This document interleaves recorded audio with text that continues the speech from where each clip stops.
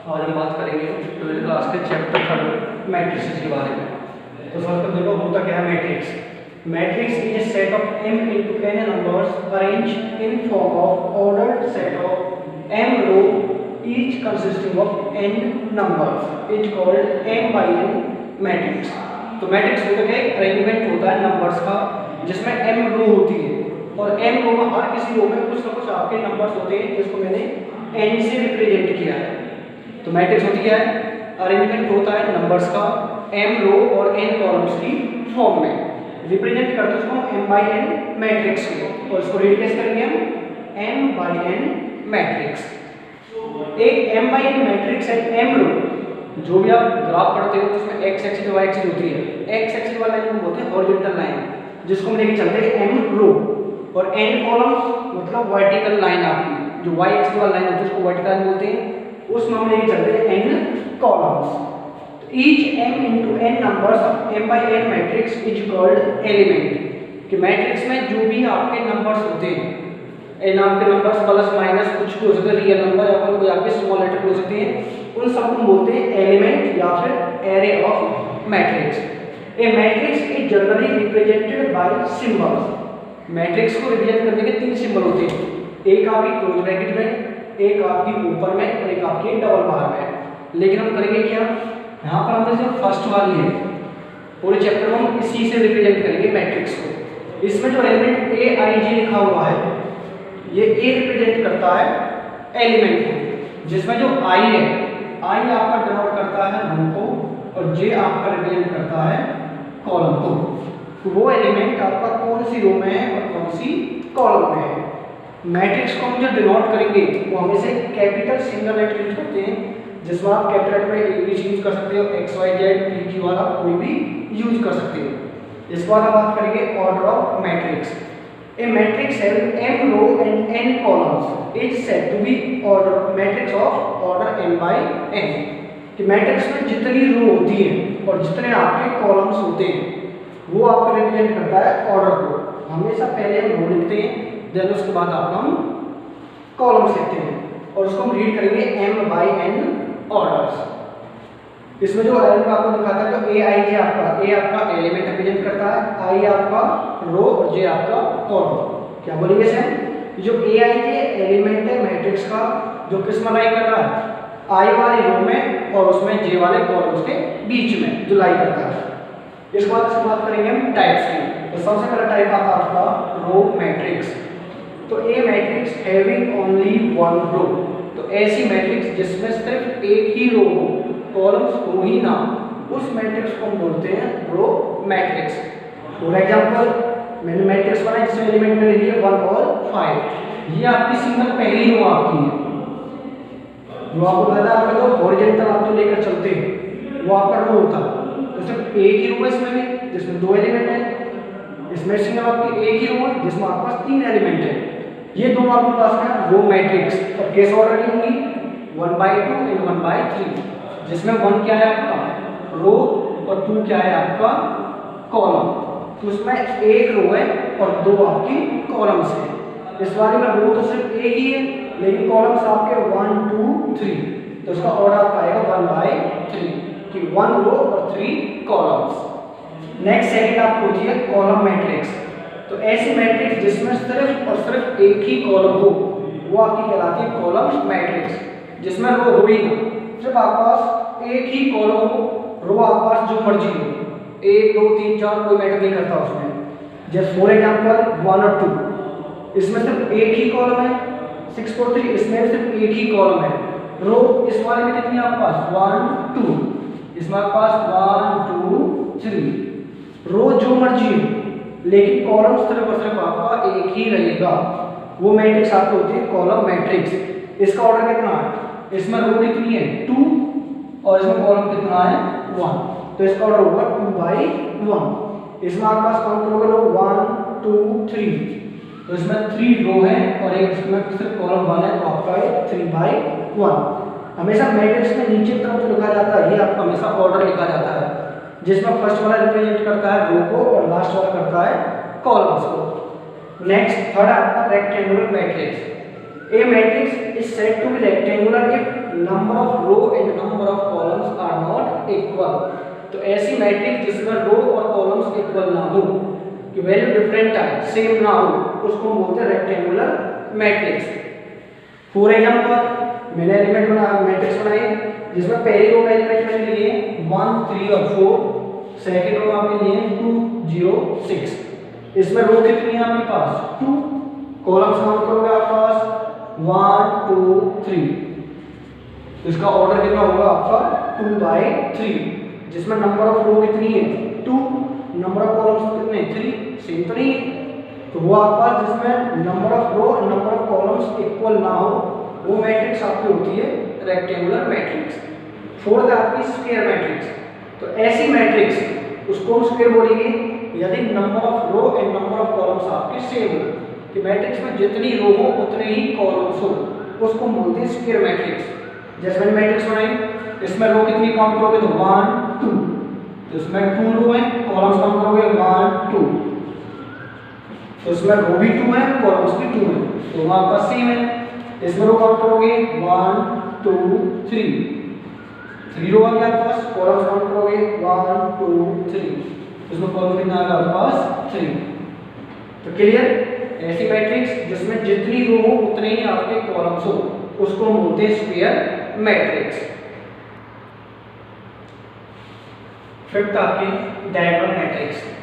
ए square matrix याद रखना, diagonal matrix हमेशा क्या होनी चाहिए स्क्वायर। जैसे लास्ट आपको बताया था स्क्वायर मैट्रिक्स में रो और कॉलम्स आपके सेम होने चाहिए। तो square matrix in which all the non diagonal elements are 0। तो इसमें आपके जो है नॉन डायगोनल। नॉन डायगोनल क्या है, मैंने ए से आपको रिप्रेजेंट कराया था एलिमेंट, जो फर्स्ट वाला था इसको हम किस लिए रिप्रेजेंट करते थे आई के लिए, और लास्ट वाले को हम जे के लिए। जैसे इस वाले में फर्स्ट आई है 1 है, इसका मतलब फर्स्ट रो और फर्स्ट कॉलम, ये पहली रो और पहले ही कॉलम का एलिमेंट है। यहाँ पर आई और जे आपके अगर इक्वल है तो वो तो होता है डायगोनल। जब आई और जे इक्वल नहीं होते उसको हम बोलते हैं नॉन डायगोनल।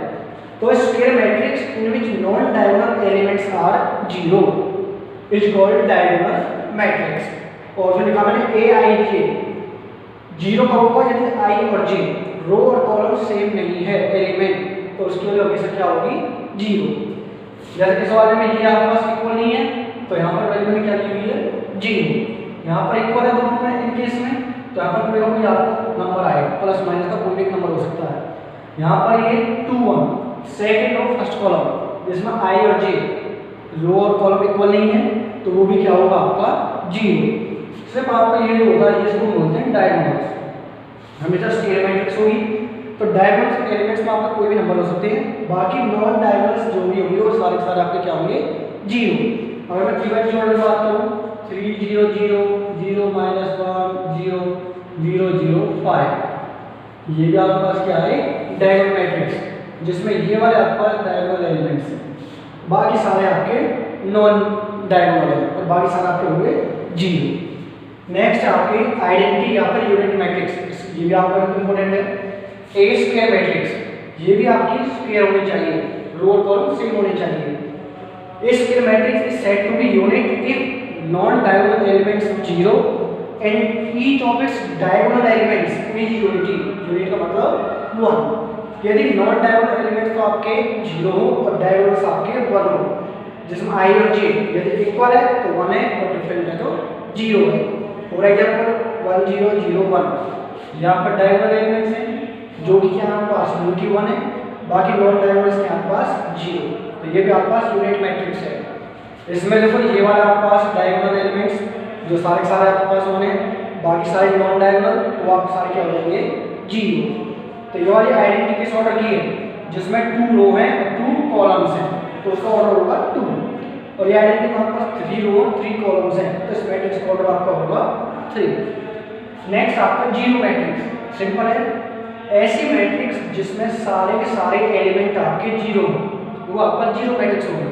फॉर एग्जांपल आप देखिए ये 2/2 ऑर्डर की जिसमें सारे एलिमेंट 0 है, ये 3/3 ऑर्डर की जिसमें सारे एलिमेंट आपके पास 0 है। तो ऐसी मैट्रिक्स जिसमें सारे एलिमेंट 0 होते हैं उसको हम बोलते हैं 0 मैट्रिक्स। नेक्स्ट आपकी कंपेरेबल मैट्रिक्स है, कि दो मैट्रिक्स को आप कंपेयर कब कर सकते हो, तो दो मैट्रिक्स में कंपेयर कब करेंगे, यदि दोनों मैट्रिक्स का ऑर्डर क्या होगा, सेम होगा, कि जितने रो और कॉलम्स पहली मैट्रिक्स में उतने ही रो और कॉलम आपके सेकंड मैट्रिक्स में होने चाहिए। फॉर एग्जांपल इसमें कोई मैट्रिक्स का नाम डाल दिया ए, जिसमें एलिमेंट है पहली रो में 3 4 2, सेकंड रो में 6 8 5, ऐसे मैंने आपका मैट्रिक्स लिख लिया। इस ए का ऑर्डर कितना है, इसमें आप रो काउंट करोगे कितनी रो इसमें आपके पास 2, कॉलम्स काउंट करोगे कितने आपके पास 3, तो ए मैट्रिक्स का ऑर्डर होगा 2/3। बी का भी निकालोगे कितना आएगा 2/3। तो दोनों मैट्रिक्स आपकी कंपेयर होंगी क्योंकि दोनों का ही ऑर्डर क्या है आपके पास सेम। क्लियर। नेक्स्ट आपका इक्वलिटी ऑफ मैट्रिक्स, कि कोई भी मैट्रिक्स इक्वल कब होंगी, तो उसके लिए क्या है कि दो मैट्रिक्स को इक्वल कब कहेंगे, यदि दोनों का, इसमें दो प्रॉपर्टी करनी होगी, कि पहला कि दोनों का ऑर्डर क्या होना चाहिए, सेम होना चाहिए। दूसरा एलिमेंट इन करस्पॉन्डिंग पोजीशन, कि जो एलिमेंट पहले कॉलम का पहले मैट्रिक्स में और वही एलिमेंट सेकंड मैट्रिक्स में आपके सेम होने चाहिए। जैसे मैंने आपका एग्जांपल लिया है, एक मैट्रिक्स जिसमें एलिमेंट पहली रो में 3 7 8 और सेकंड में 2 1 0, इसका ऑर्डर कितना हुआ, काउंट करोगे 2 रो है और 3 आपके पास कॉलम्स, तो इसका ऑर्डर हुआ 2/3। सेम इसका भी ऑर्डर कितना है 2/3। तो पहले प्रॉपर्टी तो होल्ड कर रही है कि दोनों का ऑर्डर क्या है सेम। सेकंड क्या कह रही है, तो एलिमेंट करस्पॉन्डिंग पोजीशन, जैसे ये एलिमेंट कौन सा है, पहली ही रो में और पहले ही कॉलम का, तो यही एलिमेंट दूसरी मैट्रिक्स में, ये दोनों क्या होने चाहिए आपके पास इक्वल होने चाहिए। यहाँ लिखा भी है कि ये दोनों मैट्रिक्स इक्वल कब होंगी, जब ये वाला ए किसके बराबर होगा 3 की, 7 के बराबर ही है, बी किसके इक्वल होगा 8 के, 2 किसके इक्वल होगा 2 के, 1 के इक्वल है, और सी किसके इक्वल होगा 0 की। यदि ए की वैल्यू 3, बी की 8 और सी की 0 होगी तो ही दोनों मैट्रिक्स आपकी इक्वल हो सकती है। ठीक है। नेक्स्ट आपका एक्सरसाइज 3.1, जिसमें फर्स्ट क्वेश्चन आपको मैट्रिक्स के होने ए, इसमें कुछ एलिमेंट्स आपको होने, इसमें 3 चीजें पूछी गई हैं, मैट्रिक्स का ऑर्डर कितना है, उसमें नंबर ऑफ एलिमेंट्स कितने हैं, और कुछ 5 एक एलिमेंट देखे जो आपको इसमें से बताने हैं। तो सबसे बात करें हम ऑर्डर ऑफ मैट्रिक्स, तो हमें ऑर्डर के लिए क्या देखना है, उसमें कितनी रो हैं और कितने उसमें कॉलम्स हैं। तो रो काउंट करोगे तो आपके पास 1 2 3, तो हमारे पास कितनी रो हैं 3 है। नेक्स्ट आप कॉलम्स काउंट करोगे 1 2 3 4, तो इस मैट्रिक्स का ऑर्डर कितना होगा 3/4, जिसमें आपके पास 3 आपके पास रो है हॉरिजॉन्टल लाइन और 4 आपके पास वर्टिकल लाइंस हैं। नेक्स्ट पूछा नंबर ऑफ एलिमेंट्स, तो नंबर ऑफ एलिमेंट्स कैसे निकालोगे, जो भी मैट्रिक्स आपका आ रहा है, जिस भी ऑर्डर का आ रहा है मल्टीप्लाई करो, कितना होता है 3 4 12, जो भी ऑर्डर होगा, जो भी आपके पास रो कॉलम्स होंगे उनकी मल्टीप्लाई कर लो, वो आपका देगा number of elements of matrix. Next 5 elements आपको पूछा गया है, इसमें फर्स्ट पूछा गया है element first row third column, ये जो फर्स्ट रो में और थर्ड कॉलम में एलिमेंट कौन सा है, तो पहली रो कौन सी आपके पास फर्स्ट वाली है, इसमें थर्ड कॉलम करोगे फर्स्ट सेकंड थर्ड, तो कौन सा एलिमेंट है आपके पास 19, कि पहली रो में और थर्ड आपका कॉलम एलिमेंट आपका 19। नेक्स्ट सेकंड रो आपके पास ये वाली होगी, ये वाली, इसमें पहला ही कॉलम कौन सा एलिमेंट है आपका 35। नेक्स्ट थर्ड रो में थर्ड कॉलम का एलिमेंट, ये वाली थर्ड रो है और ये वाला आपका थर्ड कॉलम, जिसमें एलिमेंट कितना है आपका -5। Next second row fourth column, ये वाली सेकंड रो जिसमें फोर्थ कॉलम में आपका एलिमेंट कौन सा है आपका 12। नेक्स्ट सेकंड रो में थर्ड कॉलम का एलिमेंट, ये आपकी सेकंड रो जिसमें थर्ड एलिमेंट कौन सा है आपका 5/2। क्लियर। First question. सेकंड में बोला गया है कि यदि किसी मैट्रिक्स में 24 एलिमेंट्स हैं, कितने एलिमेंट्स बोला वो 24, तो उसके पॉसिबल ऑर्डर क्या होंगे। तो क्या करना है आपको, सिर्फ ये देखना है कि किस किस नंबर की मल्टीप्लाई 24 बन सकती है। स्टार्टिंग करोगे 1 से, तो 1 की मल्टीप्लाई कितने करोगे 24 से, फिर ये भी ऑर्डर बन जाएगा कि जिसमें एक ही रो और 24 कॉलम्स हो। नेक्स्ट 2 की मल्टीप्लाई कितने से करोगे 12 से, तो ये आपका 24 एलिमेंट्स का ऑर्डर बन जाएगा, मैट्रिक्स बन जाएगी। नेक्स्ट 3 की 8 से, 4 की 6 से, 5 का टेबल में आपका 24 आता ही नहीं है। नेक्स्ट अब इसका डबल 6 की 4 से, 8 की 3 से, 12 की 2 से और 24 की 1 से। इनका रिवर्स भी आएगा क्योंकि पहला वाला आपका रो है और सेकंड वाला आपका कॉलम। तो 24 एलिमेंट्स के मैट्रिक्स कितना ऑर्डर मिलेगा आपके पास 2 4 6 8। सेम ऐसे आपको अगर कितने भी एलिमेंट आपके दिए जाए, मान चलो एलिमेंट आपको 5 दे दिए जाए तो ऑर्डर क्या बनेगा 1 into 5 और 5 into 1। बस यही ऐसे नंबर है जिनकी मल्टीप्लाई 5 बन सकती है। इसी तरह और भी आपके पास अगर एलिमेंट्स आपको दे रखे हैं तो आप उनको भी आप बना सकते हैं जितने भी एलिमेंट्स आपको दे रखे हैं। ठीक है, जो थर्ड क्वेश्चन है आप सेम इसी तरह कर सकते हो जैसा आपका सेकंड है। नेक्स्ट फोर्थ क्वेश्चन में आपको 2x2 ऑर्डर की मैट्रिक्स बनानी है जिसमें आपको फर्स्ट ए आई जी जो उसने दे रखा अपनी तरफ से वो आपको दे रखा i प्लस j का होल स्क्वायर और अपॉन में 2। तो आपको मैट्रिक्स में आपको बनाने किस ऑर्डर की 2x2 ऑर्डर की। तो लेट मैट्रिक्स का नाम डाल देते थे a 2x2 ऑर्डर में आपके पास 2 रो होनी चाहिए 2 ही कॉलम्स। तो मैं एलिमेंट a की फॉर्म में लिख लेता हूँ। ये आपके पास फर्स्ट रो है और ये आपके पास सेकंड रो। तो 1 आपका होगा ये आपका मेन रो का ही, ये तो फर्स्ट का और ये सेकंड का। कितने कॉलम्स बनाना है आपको 2 टाइम्स, तो एक बार लिख लीजिए आपका 2 टाइम्स हो गया। ये पूरा आपका फर्स्ट कॉलम और ये आपका सेकंड कॉलम। तो मुझे 4 एलिमेंट्स निकालने हैं और इसकी हेल्प से निकालने हैं और इनको निकालना वापस हम इसी में पुट करेंगे तो आपको मैट्रिक्स मिल जाएगी। तो पहला आप निकालोगे a1 1, तो i की वैल्यू 1 भी और j की वैल्यू 1 भी आप इसमें रखोगे। तो 1 + 1 का होल स्क्वायर अपॉन में 2 ऐड करोगे 1 + 1 2, 2 का स्क्वायर 4 और डिवाइड बाय 2 कितना आ जाएगा आपके पास 2। a12 जिसमें i की वैल्यू 1 और j की वैल्यू 2 इसमें पुट करोगे तो आपका 1 + 2 होल स्क्वायर अपॉन 2। तो 1 + 2 आपका 3 जिसका स्क्वायर आप करोगे 9 और डिवाइड बाय 2 एच डी छोड़ोगे 9/2 में। a21 i की वैल्यू 2 और j की वैल्यू 1 रखनी है तो 2 + 1 का होल स्क्वायर डिवाइड बाय 2। तो 2 + 1 आपका 3, 3 का स्क्वायर 9 और डिवाइड बाय 2। a22 तो i की वैल्यू 2 भी और j की वैल्यू 2 भी, तो 2 + 2 का होल स्क्वायर डिवाइड बाय 2। 2 + 2 4, 4 का स्क्वायर 16 और 16 डिवाइड बाय 2 कितना होता है आपके पास 8। तो फाइनली जो मैट्रिक्स आपके पास बनकर आएगी a11 था और a11 की वैल्यू आपके पास 2, a12 जिसकी वैल्यू आपके पास 9/2, a21 जिसकी वैल्यू आपके पास 9/2 और a22 जिसकी वैल्यू आपके पास 8। तो इस तरह का आपके पास मैट्रिक्स निकल कर आ जाएगा। सेम इसी की जो आपके जो सेकंड थर्ड पार्ट जो आपको दे रखे हैं आप सेम उसी तरह के साथ कर सकते हो। बस जिस भी ऑर्डर की आपको बनानी है पहला फॉर्मूला इस तरह से एक ही फॉर्म में बना लीजिए। फिर से तरीका बता देता हूँ कि आपने जैसे एलिमेंट आपको कितनी रो चाहिए 2 चाहिए तो आप a1 a2 तो मतलब दूसरा ले लेते हैं 3/4 की बनानी है आपको। तो इसमें आपको रो कितनी लेनी है आपको 3, तो a1 लो a2 लो और साथ में क्या ले लो a3। उसमें कॉलम्स कितने रखने हैं आपको 4, तो यही वैल्यू का 4 टाइम्स लिख लीजिए a1 a2 a3 a1 a2 a3 a1 a2 a3 हो गया आपका 4 बार। ये वाला कौन सा कॉलम आपका फर्स्ट तो सबके पीछे बना जाएगा, ये वाला आपका कॉलम 2, ये आपका कॉलम थर्ड, ये कॉलम आपका 4। इस तरह से आप पहले फॉर्मूले आप एक बना सकते हो। इसमें ये जो वैल्यू आपके पास आई और जे की होती है क्वेश्चन में जो भी आपको दे रखी होगा उनके अकॉर्डिंग पुट करोगे और फिर वहाँ से जो भी निकल के आएगी वापस आप उसी मैट्रिक्स में आप रख दोगे। तो क्वेश्चन नंबर 4 5 आप इसी तरह कर सकते हो। नेक्स्ट क्वेश्चन नंबर 6 जिसमें आपको पूछा गया find the value of x y z from the following equations. आपको 3 पार्ट्स आपको रखे जिसमें x y z variables involve हो रहे हैं उनकी आपको वैल्यू निकालनी है। फर्स्ट पार्ट मैट्रिक्स है, पहले रो में एलिमेंट 4 3, सेकंड में आपके x5, सेम इसी तरह आपका yz और 1 5।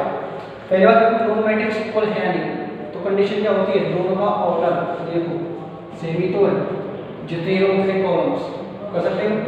नेक्स्ट उसकी सेकंड प्रॉपर्टी इक्वल के लिए कि जो करस्पॉन्डिंग एलिमेंट्स हैं वो आपके क्या होने चाहिए आपके पास इक्वल होने चाहिए। तो जब 4 है 4 किसकी इक्वल होगा y के, क्योंकि 4 आपका फर्स्ट रो फर्स्ट कॉलम का एलिमेंट है तो सेकंड में क्या आपका वही उसी की ही इक्वल होगा आपका। ऐसे 3 किसकी इक्वल आएगा आपका z के इक्वल आएगा, x किसके इक्वल आएगा 5 के आएगा और 5 आपका x आपका आएगा 1 के इक्वल और 5 आपका 5 के इक्वल है। दूसरा आपके पास x निकल गया, y निकल गया, z भी निकल गया। जैसी भी इक्वेशन आपकी बनेगी, चाहे आपकी लीनियर इक्वेशन बने x y में z में या आपकी क्वाड्रेटिक में बने, उनको आपको सॉल्व करके x y z की वैल्यू आपको निकाल लेनी है। यही आपको बाकी दो पार्ट्स में करना है। 7th क्वेश्चन में इसी तरह के मैट्रिक्स आपको एक दे रखी है, बस जो भी वेरिएबल आपको दे रखा हो, a b c में दे रखा हो, x y z में दे रखा हो, p q r में दे रखा हो, बस करस्पॉन्डिंग एलिमेंट्स इक्वल रखिए। वहाँ से देखिए डायरेक्ट में निकल जाए अच्छी बात है, वरना आपके पास दो वेरिएबल्स में कोई लीनियर इक्वेशन होगी या 3 वेरिएबल्स में होगी या कोई क्वाड्रेटिक इक्वेशन होगी, तो वहाँ से आप वैल्यू आप निकाल सकते हो। क्लियर? तो इस तरह 3.1 अपने आप कंप्लीट करोगे। क्लियर? इसमें आपके 3.1 आपकी कंप्लीट है। अगर फिर भी आपकी कोई भी क्वेरी रहती है, कोई क्वेश्चन आपका समझ नहीं आता है, तो नीचे आप कमेंट बॉक्स में आप अपना कमेंट कर सकते हो, बता सकते हो कि हमें ये क्वेश्चन या फिर इस क्वेश्चन का ये पार्ट समझ नहीं आया है, देन उसका सॉल्यूशन हम आपको सेंड कर देंगे। Thank you.